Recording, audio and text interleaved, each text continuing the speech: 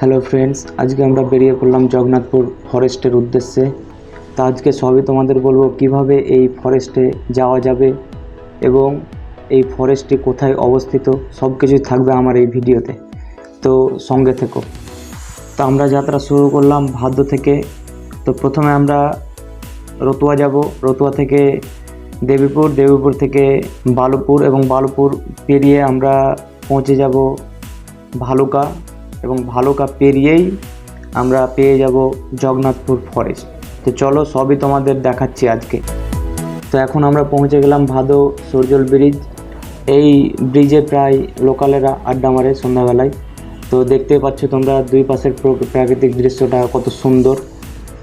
তো দেখো, এখন দেখতে পাচ্ছ বাম দিকে যে একটা ফিল্ড আছে, এটা হচ্ছে পাকুড়তলা ফিল্ড। এখানে ফুটবল খেলার জন্য ফেমাস এবং ক্রিকেট খেলাও এখানে হয়, এছাড়াও অন্যান্য খেলাগুলো এখানে হয়ে থাকে। এবং বলতে বলতে আমরা পৌঁছে গেলাম পাকুড়তলা।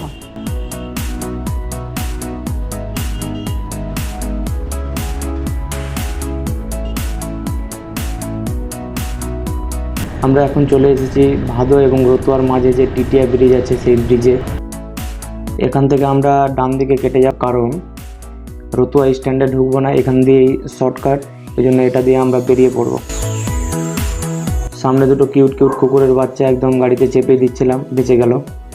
এবার আমরা চলে আসলাম রতুয়া স্টেডিয়াম, রতুয়ার সেই বিখ্যাত স্টেডিয়াম। এখানে একটা বড় ক্রিকেট টুর্নামেন্ট হয়, দর্শকও অনেক হয়। এরপরে আমরা পৌঁছে গেলাম দেবীপুর পেট্রোল পাম্প। এখানে পেট্রোল ভরে নেব, দিয়ে বেরিয়ে পড়ব।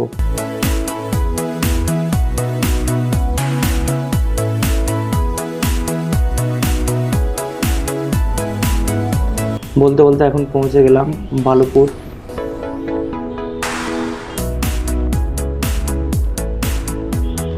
এটা হচ্ছে ভালুকা স্কুল এবং এরপরে আমরা পৌঁছে গেলাম ভালুকা। এখানে সামনে মেলা বসে। এটা হচ্ছে একটা টার্নিং, যেখান দিয়ে বিহারেরও রাস্তা কেটে গেল ওই সাইডেরটা, আর এই সাইডে আমরা ফরেস্টের রাস্তায় যাচ্ছি।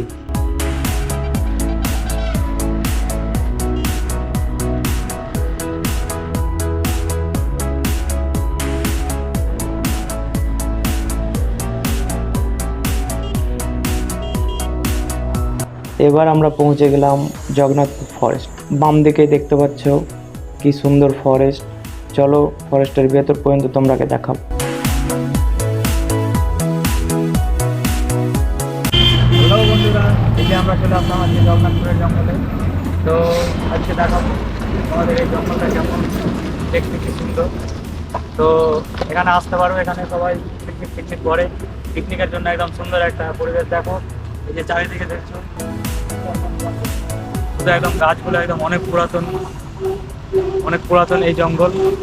তো এসো আমরা ভেতরে ঢুকে দেখাচ্ছি তোমাদের যেরকম প্রাকৃতিক পরিবেশটা আছে।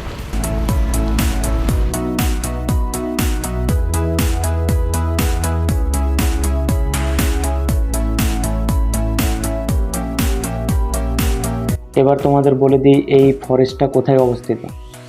এই ফরেস্টটা হরিশ্চন্দ্রপুর থানার অন্তর্গত ভালুকা যে ফাঁড়ি আছে, সেই ফাঁড়ির অন্তর্গত জগন্নাথপুর গ্রামের একদম পাশেই অবস্থিত এই ফরেস্টটি। একদম সুন্দর ফরেস্ট। তো এখানে কিভাবে তোমরা আসবে, তোমরা যদি রতুয়া বা শামসি থেকে আসো তো তোমরা বাইকে করে আসতে পারবে। এবার যদি কেউ বাইরে থেকে আসতে চাও তাহলে গাড়ি করে অথবা বাইকে করে আসতে পারো এই রতুয়া দিয়ে।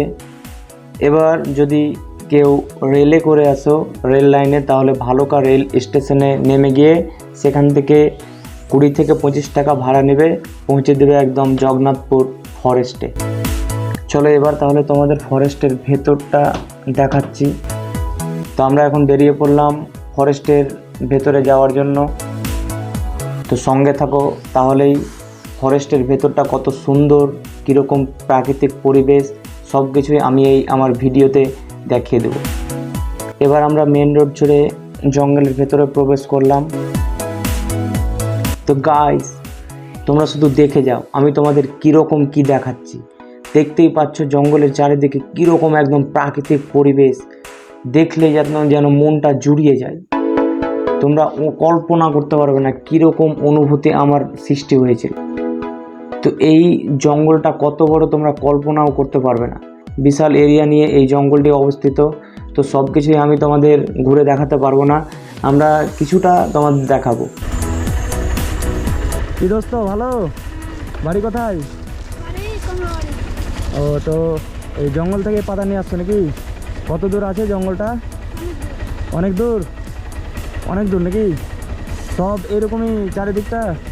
এগুলোতে পিকনিক টিকনিক করে কেউ? পিকনিক করে?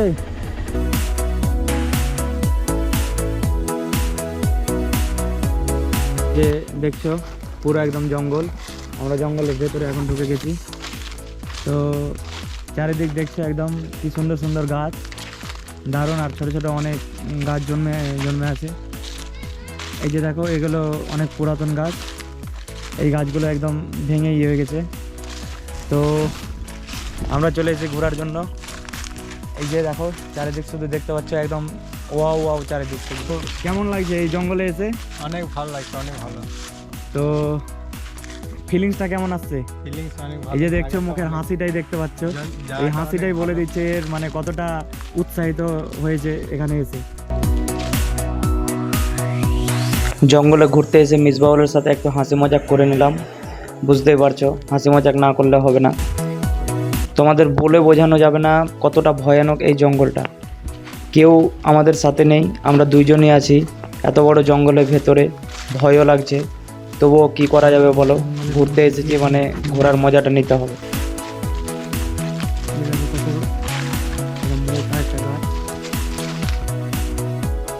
গাছগুলো শুধু দেখো, কি বিশাল আকৃতির গাছ, কি সুন্দর লাগছে, দেখেই মন ভরে যাচ্ছে।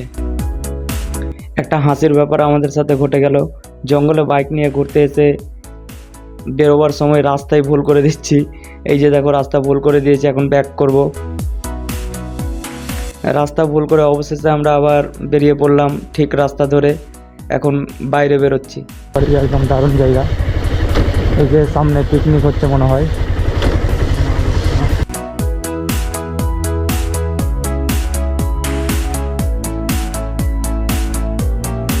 দেখো কি সুন্দর প্রাকৃতিক পরিবেশ, মনে হচ্ছে যেন মন মুগ্ধ করা সব পরিবেশ। প্রকৃতি প্রেমী সব কবিরা যদি এখানে ঘুরতে আসতেন তাহলে অবশ্যই এখানে একটা কাব্যগ্রন্থ লিখে ফেলতেন, এমনটা প্রাকৃতিক পরিবেশ। তোমাদের বলে বোঝানো যাবে না কি সুন্দর প্রাকৃতিক দৃশ্য এই ফরেস্টের। তোমরা এখানে আসলেই বুঝতে পারবে কি মন মুগ্ধ করা এই পরিবেশ। পিকনিক করার জন্য খুব ভালো পরিবেশ, দেখতেই পাচ্ছ পাশে সব পিকনিক করছে। এখান থেকে আমরা আবার ফিরে যাব, কারণ অতটা ভেতরে যেতে প্রচুর ভয় লাগছে। সব পিকনিক করছে দেখতেই পাচ্ছ। আমরা এখন বেরিয়ে পড়লাম বাড়ির উদ্দেশ্যে। এই যে রাস্তা ধরে আমরা মেন রোডে উঠে গেলাম।